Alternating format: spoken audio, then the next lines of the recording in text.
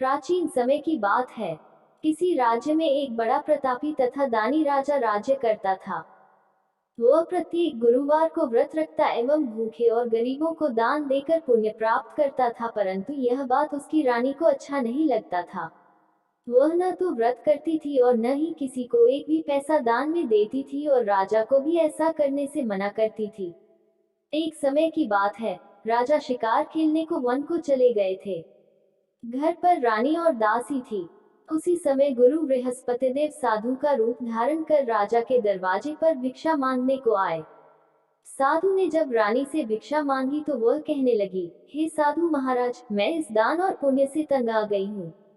आप कोई ऐसा उपाय बताएं जिससे कि सारा धन नष्ट हो जाए और मैं आराम से रह सकूं। बृहस्पति देव ने कहा, हे देवी, तुम बड़ी विचित्र हो। संतान और धन से कोई दुखी होता है। अगर अधिक धन है तो इसे शुभ कार्यों में लगाओ, कुंवारी कन्याओं का विवाह कराओ, विद्यालय और बाग बगीचे का निर्माण कराओ, जिससे तुम्हारे दोनों लोग सुधरे। परंतु साधु की इन बातों से रानी को खुशी नहीं हुई। उसने कहा, मुझे ऐसे धन की आवश्यकता नहीं है जिसे मैं दान दूं और जिसे संभालने में मेरा सारा समय नष्ट हो जाए। तब साधु ने कहा, यदि तुम्हारी ऐसी इच्छा है तो मैं जैसा तुम्हें बताता हूँ तुम वैसा ही करना। बृहस्पतिवार के दिन तुम घर को गोबर से लीपना, अपने केशों को पीली मिट्टी से धोना, केशों को धोते समय स्नान करना, राजा से हजामत बनाने को कहना, भोजन में मांस मदिरा खाना, कपड़ा धोबी के यहाँ धुलने डालना। इस प्रकार 7 बृहस्पतिवार करने से तुम्हारा समस्त धन नष्ट हो जाएगा। इतना कहकर साधु रूपी बृहस्पतिदेव अंतर ध्यान हो गए। साधु के कहे अनुसार करते हुए रानी को केवल 3 बृहस्पतिवार ही बीते थे कि उसकी समस्त धन संपत्ति नष्ट हो गई। भोजन के लिए राजा का परिवार तरसने लगा। तब एक दिन राजा रानी से बोला, हे रानी, तुम यहीं रहो, मैं दूसरे देश को जाता हूँ, क्योंकि यहाँ पर सभी लोग मुझे जानते हैं, इसलिए मैं कोई छोटा कार्य नहीं कर सकता। ऐसा कहकर राजा परदेश चला गया। वहां वह जंगल से लकड़ी काट कर लाता और शहर में बेचता। इस तरह वह अपना जीवन व्यतीत करने लगा। इधर राजा के परदेश जाते ही रानी और दासी दुखी रहने लगी। एक बार जब रानी और दासी को 7 दिन तक बिना भोजन के रहना पड़ा, तो रानी ने अपनी दासी से कहा, हे दासी, पास ही के नगर में मेरी बहन रहती है। वह बड़ी धनवान है। तू उसके पास जा और कुछ ले आ ताकि थोड़ा बहुत गुजर बसर हो जाए। दासी रानी के बहन के पास गई। उस दिन बृहस्पतिवार था और रानी की बहन उस समय बृहस्पतिवार व्रत की कथा सुन रही थी। दासी ने रानी की बहन को अपनी रानी का संदेश दिया, लेकिन रानी की बड़ी बहन ने कोई उत्तर नहीं दिया। जब दासी को रानी की बहन से कोई उत्तर नहीं मिला तो वह बहुत दुखी हुई और उसे क्रोध भी आया। दासी ने वापस आकर रानी को सारी बात बता दी। सुनकर रानी ने अपने भाग्य को कोसा। उधर रानी की बहन ने सोचा कि मेरी बहन की दासी आई थी, परंतु मैं उससे नहीं बोली, इससे वह बहुत दुखी हुई होगी।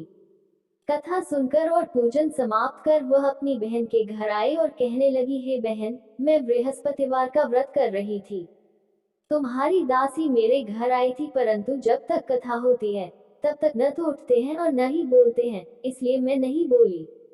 कहो दासी क्यों गई थी? रानी बोली, बहन, तुमसे क्या छिपाऊं, हमारे घर में खाने तक को अनाज नहीं था। ऐसा कहते कहते रानी की आंखें भर आई। उसने दासी समेत पिछले 7 दिनों से भूखे रहने तक की बात अपनी बहन को विस्तार पूर्वक सुना दी।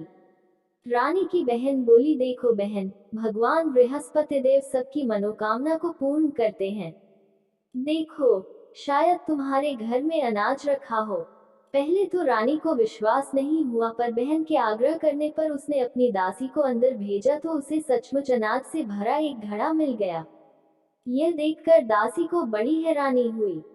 दासी रानी से कहने लगी, हे रानी, जब हमको भोजन नहीं मिलता तो हम व्रत ही तो करते हैं, इसलिए क्यों न इनसे व्रत और कथा की विधि पूछी जाए, ताकि हम भी व्रत कर सके। तब रानी ने अपनी बहन से बृहस्पतिवार व्रत के बारे में पूछा। उसकी बहन ने बताया, बृहस्पतिवार के व्रत में चने की दाल और मुनक्का से विष्णु भगवान का केले की जड़ में पूजन करें तथा दीपक जलाएं, व्रत कथा सुने और पीला भोजन ही करें। इससे बृहस्पति देव प्रसन्न होते हैं। व्रत और पूजन विधि बतलाकर रानी की बहन अपने घर को लौट गई। 7वें रोज बाद जब गुरुवार आया तो रानी और दासी ने निश्चय अनुसार व्रत रखा। गुड़साल में जाकर चना और गुड़ बीन लाए और फिर उसकी दाल से केले की जड़ तथा विष्णु भगवान का पूजन किया। अब पीला भोजन कहाँ से? इस बात को लेकर दोनों बहुत दुखी थे। चूंकि उन्होंने व्रत रखा था इसलिए गुरुदेव उन पर प्रसन्न थे। इसलिए वे एक साधारण व्यक्ति का रूप धारण कर 2 थालों में सुंदर पीला भोजन दासी को दे गए। भोजन पाकर दासी प्रसन्न हुई और फिर रानी के साथ मिलकर भोजन ग्रहण किया।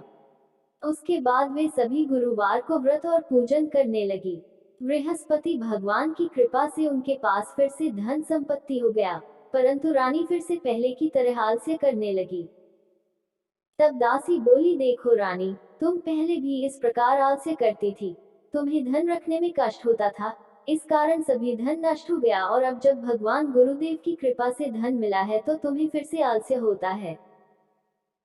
बड़ी मुसीबतों के बाद हमने यह धन पाया है, इसलिए हमें दान पुण्य करना चाहिए, भूखे मनुष्यों को भोजन कराना चाहिए और धन को शुभ कार्यों में खर्च करना चाहिए, जिससे तुम्हारे कुल का यश बढ़ेगा, स्वर्ग की प्राप्ति हो और पितर प्रसन्न हो। दासी की बात मानकर रानी अपना धन शुभ कार्यों में खर्च करने लगी, जिससे पूरे नगर में उसका यश फैलने लगा।